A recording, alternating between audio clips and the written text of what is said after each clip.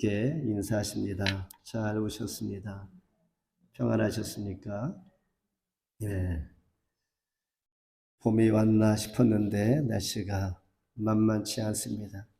추운 날씨 감기 조심하시고, 저는 목이 좀 잠겼는데 감기 조심, 그리고 여러 자기의 건강을 잘 지키면서 활기찬 봄을 기다리면서 우리가 오늘도 좋은 일정 되기를 바라면서 오늘 주신 말씀을 생각합니다.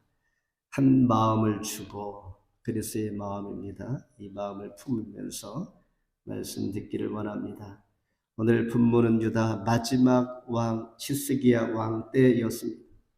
히스기야 왕은 남유다의 20번째 마지막 왕이었습니다. 히스기야 이름은 하나님께서 기뻐하신다라는 그러한 이름의 뜻을 가지고 있습니다. 그러니 태어날 때에 그의 아버지는 믿음으로 하나님의 사람 되기를 원하는 간절한 마음을 모아서 이름을 귀히 여기고 그가 잘 되기를 원하였는데, 마지막 하나님을 배반함으로 그가 두 눈이 뽑힌 채로 바벨론의 포로로 끌려가는 비참한 이 모습을 보이면서 남유대의 마지막 왕의 모습을 이렇게 묘사합니다. 이미 이때에는 1, 2차 포로는 이미 바벨론에 가 있습니다.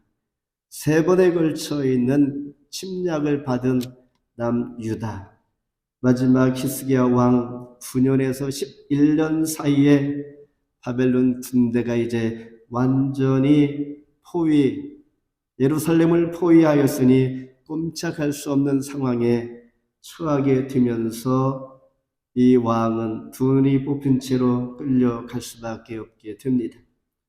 하나님은 바벨론 포로가 된 에스겔에게 환상을 보여주십니다. 성령을 부어주셔서 마지막 때에 한 마음, 곧 그리스도의 마음을 주시겠다고 약속하십니다. 이 한 마음은 빌립보서 2장 5절 말씀처럼 너희 안에 이 마음을 품으라, 곧 그리스도 예수의 마음이라. 우리 안에 돌같은 마음, 굳어진 마음, 강팍한 마음들 제거되어지고 살같이 부드러운 마음 하나님 주시옵소서. 우리 심령이 컬티베이트 되어서 정말 주의 마음으로 하나님 서기를 원합니다. 이런 마음으로 말씀 앞에 사모하는 심령 되기를 바랍니다. 먼저 내가 여호와인 줄 너희가 알리라. 10절 한 목소리로 읽겠습니다. 11장 10절 시작. 너희가 칼에 엎드려질 것이라. 내가 이스라엘 변경에서 너희를 심판하리니 너희는 내가 여호와인 줄을 알리라. 나이가 40도 아니고 80이 된 모세가 하나님의 부름을 받게 됩니다. 늦은 나이에 찾아오시는 하나님, 우리 나이에 관계없이, 우리 환경에 관계없이 하나님은 내가 준비될 때에 찾아오시고 사용하시는 하나님은 낯선 포로의 땅 바벨론에 있는 하나님의 사람들이 이런 말을 할 것입니다. 하나님은 정말 살아 계신가? 라고 묻고 싶은 시간이 있을 수가 있습니다. 나에게도 긴 터널과 같은 시간을 보낼 때에 하나님 정말 저와 함께 하십니까? 라는 묻고 싶은 이 마음이 들 때에 하나님은 하나님의 백성들에게 찾아와 주셔서 에스겔 선지자를 통하여 말씀해 주실 때 이렇게 하십니다. 내가 여호와인 줄을 너희가 알리라. 에스겔서에 보면 이 표현이 아주 많이 표현됩니다. 내가 여호와인 줄을 너희가 알리라. 이 말씀은 하나님의 택한 백성들이 지금 어렵게 심겹게 그런 환경 가운데 살아가고 있다라는 것입니다. 그럴지라도 하나님께서는 가까이 너와 지금 있는 나를 기억하라. 없는 것 같은 시대에 그러면서 쉬운 말로 하나님께서 나다, 내가 여기 있다라고 그들에게 말해주고 있는 것입니다. 에스겔은 하나님의 백성들을 향하여 하나님 주시는 말씀, 예언자의 사명을 잘 감당하고 있으면서 하나님은 다른 신과 비교할 수 없는 만군의 여호와이십니다. 유대 땅에서도 그리고 바벨론 땅에서도 하나님께서 하시고자 하는 일을 어김없이 제한 없이 하고 계시는 하나님, 어디에서나 하나님의 뜻 가운데 거한 사람들, 그들 가운데 역사하시는 하나님이심을 보여줍니다. 그분이 바로 내가 여호와입니다 라고 고백하는 것이죠. 지금 읽은 10절에서 너희가 칼에 엎드러질 것이다 라고 말씀합니다. 예언도 참으로 충격적인 예언을 하고 있죠. 너희가 칼에 엎드러질 것이다. 하나님의 백성들은 이 말씀 앞에서 큰 어려움, 믿겨지지 않는 이 메시지를 듣게 되는 것입니다. 하나님 그러지 않았습니까? 다윗의 나라는 영영이 서리라 망하지 않겠다고 약속하지 않았습니까? 그리고 하나님의 성전만은 늘 하나님께서 함께 하심으로 임재하신 하나님의 그 성전이 변함없이 있을 것을 우리가 믿고 왔는데 칼에 엎드러질 것이란 이 예언 앞에 이해가 되지 않는 것입니다. 성전도 무너지고 의지할 것이 없는 이런 상황을 맞이한 그들의 모습, 이제 포로의 시간을 보내고 있는 것입니다. 그 가운데 새롭게 하고 싶은 마음들이 간절한 것이죠. 지금은 아픔의 시간일지라도, 지금은 어둠의 시간일지라도, 지금은 하나님이 잘 보이지 않을지라도 하나님께서 말씀하시는 대로 내가 여호와인 줄을 알리라, 이 말씀을 생각할 때, 그렇죠, 내가 오감을 통하여 영의 눈을 떠서 심껏 하나님을 바라볼 수 있도록 내가 심세하겠다는 이 각오가 필요한 이 순간입니다. 하나님은 분명히 역사하기 때문입니다. 그리고 하나님은 느낄 수 있도록 역사하시고 우리 모든 것을 통하여 더욱더 어두운 너의 영의 눈이 이제 밝아지기를 원하신다라는 하나님의 초청의 말씀을 의지해서 하나님 가까이 나가야만 하는 이 순간, 각각 하나님의 택한 백성들의 결단이 필요한 이 순간입니다. 당시 왕이 국가를 다스리긴 했지만은 진정한 왕은 하나님이었기 때문입니다. 그래서 하나님은 나약한 나를 찾아오시기도 하고 지친 자, 아무것도 할 수 없는 무기력한 내 자신을 통하여 하나님에서 찾을 때에 만나 주시는 하나님, 그 하나님께서 찾아와 주시는 것입니다. 우리로 하여금 알 수 있도록 내가 여호와인 줄 너희가 알리라, 내가 여기 있다, 지금 나와 함께 내 곁에, 내가 있는 자리에, 가정에, 사업장에, 예배 장소에 이 시간 마음을 열고 있을 때 하나님 음성을 들려주는 그 하나님, 내가 여호와인 줄을 알리라, 이 하나님을 꼭 만날 수 있기를 원합니다. 두 번째, 그들에게 성소가 되어주리라. 16절 함께 읽겠습니다. 그런즉 너는 말하기를 주 여호와의 말씀에 내가 비록 그들을 멀리 이방인 가운데로 쫓아내어 여러 나라에 흩어져 그들이 도달한 나라들에서 내가 잠깐 그들에게 성소가 되리라 하셨다 하고, 잠깐, 하나님께서 인색한 표현이 아니라 이 환경이 길지 않을 것이다 라고 하면서 위로해 주시는 표현입니다. 바벨론에 끌려갔던 사람들을 향하여 은근히 정죄하는 자들이 있었습니다. 바라 너희들 죄 때문에, 불의한 그 모습 때문에 당신들은 끌려가고 있는 것입니다. 우리는 남아있는 사람들은 정말 하나님 앞에 그래도 괜찮은 사람들이야 라고 할 때에 하나님은 에스겔 선지자를 통하여 말씀해 주십니다. 과연 어떠한 말씀을 하실까라는 것입니다.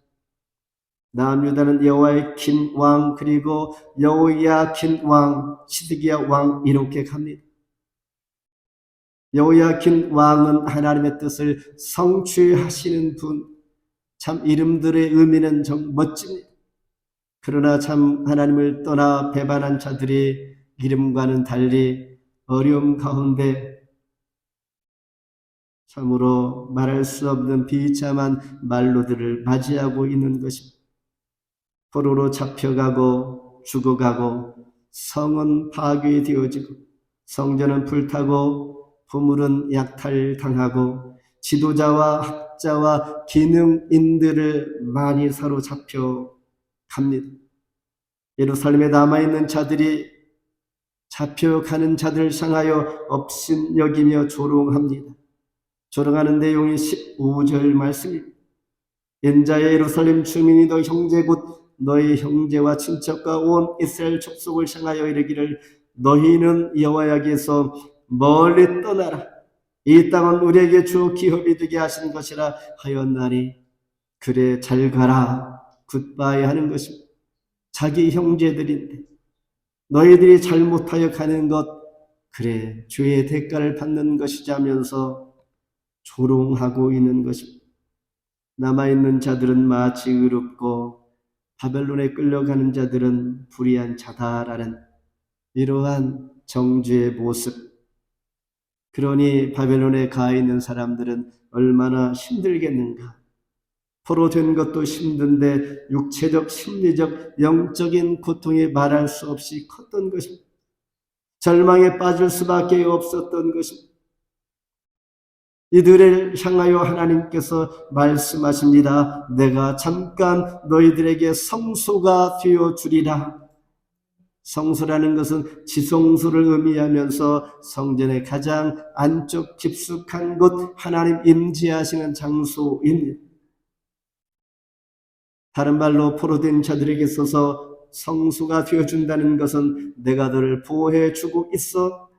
내가 너와 지금 교제하고 있을 뿐만 아니라 위로하고 격려하고 있는 것을 너 보고 있어 라는 말씀입니다. 마치 골리앗 앞에서 절망하는 백성들에게 다윗은 이러한 소망을 줍니다. 사무엘상 17장 45절에 다윗이 블레셋 사람에게 이르되 너는 칼과 창과 단창으로 내게 나오거니와 나는 만군의 여호와의 이름 곧 너희가 모욕하는 이스라엘 군대의 하나님의 이름으로 너에게 나아가노라. 얼마나 용기를 주는 장면입니까? 기가 죽었던 하나님의 백성들은 다윗의 소망적인 메시지와 그 용기를 통하여 나라의 명예가 다시 한번 높여지고 골리앗 앞에서 숨죽였던 자들이 다시 숨을 쉴 수 있는 이런 소망을 주는 것처럼 내가 너희 성소가 되어주리라. 성소를 선물로 받은 하나님의 백성들 말합니다. Praise the Lord better than an ox. 우상의 제물보다도 이제 하나님이 더 좋습니다. 과거에는 지난 시간들에는 금송아지를 우상과 벌락에게 주어 하나님을 참으로 배반하는 하나님을 어렵게 했던 그러한 사람들이었습니다.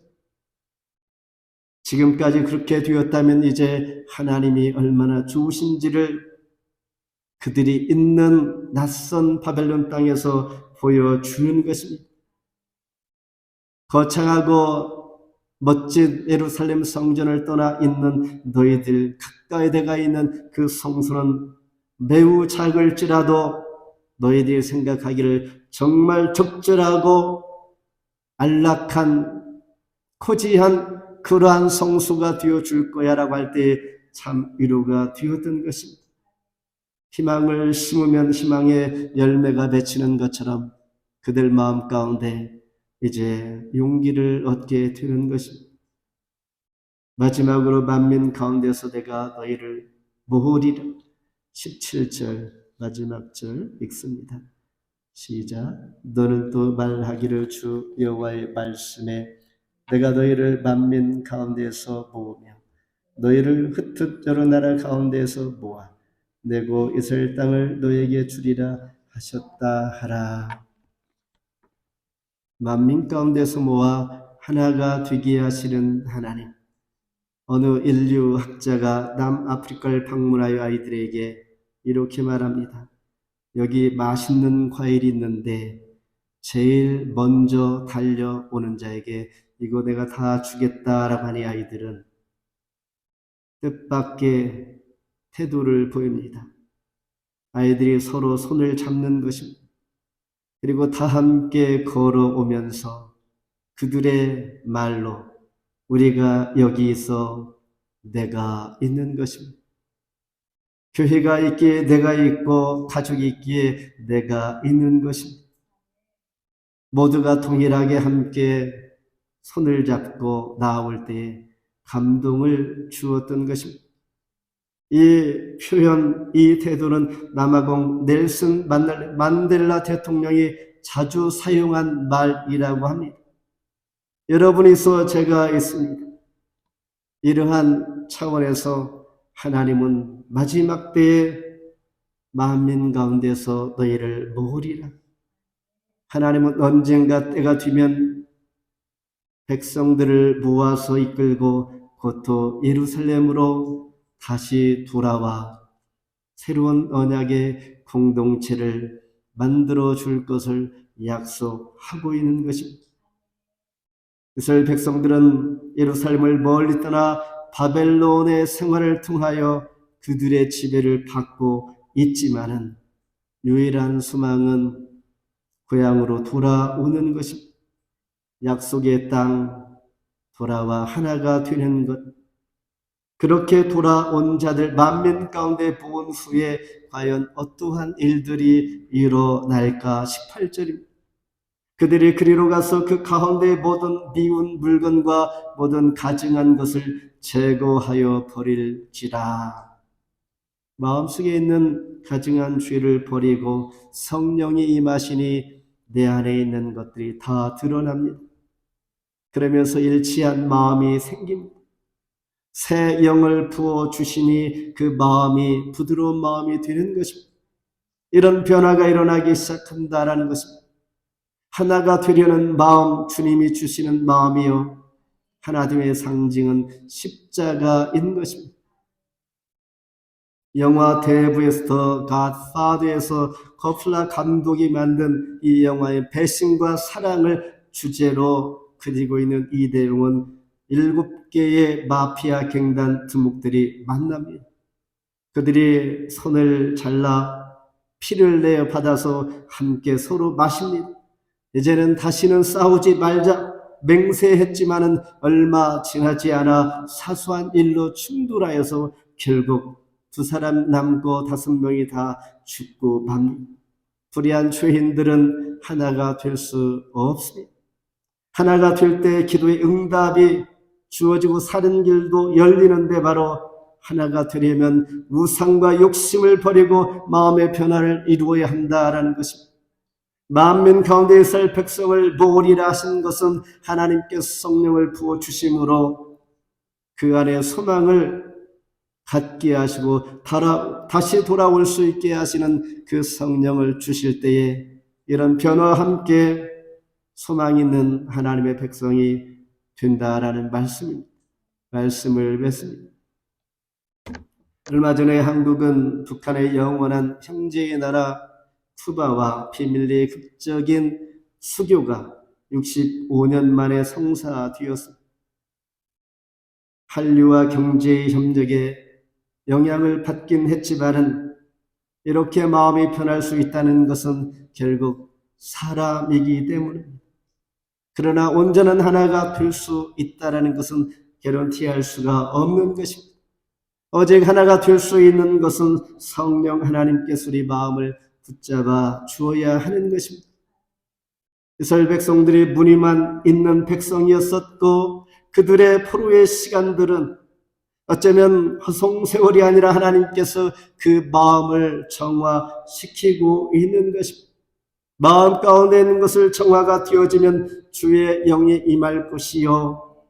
그러면 그들이 이제 하나님이 거짓 선지자들보다도 정말 최고입니다라고 할 것이요 고백하면서 이제 하나님을 바로 알게 되면서 지난날 회개하고 새로운 마음으로 바뀌어지면서 주께 돌아와 여전히 나와 함께 하시는 성수가 되어주시는 주님을 만나 모든 하나님의 백성들이 주 안에서 하나가 되는 것입니다.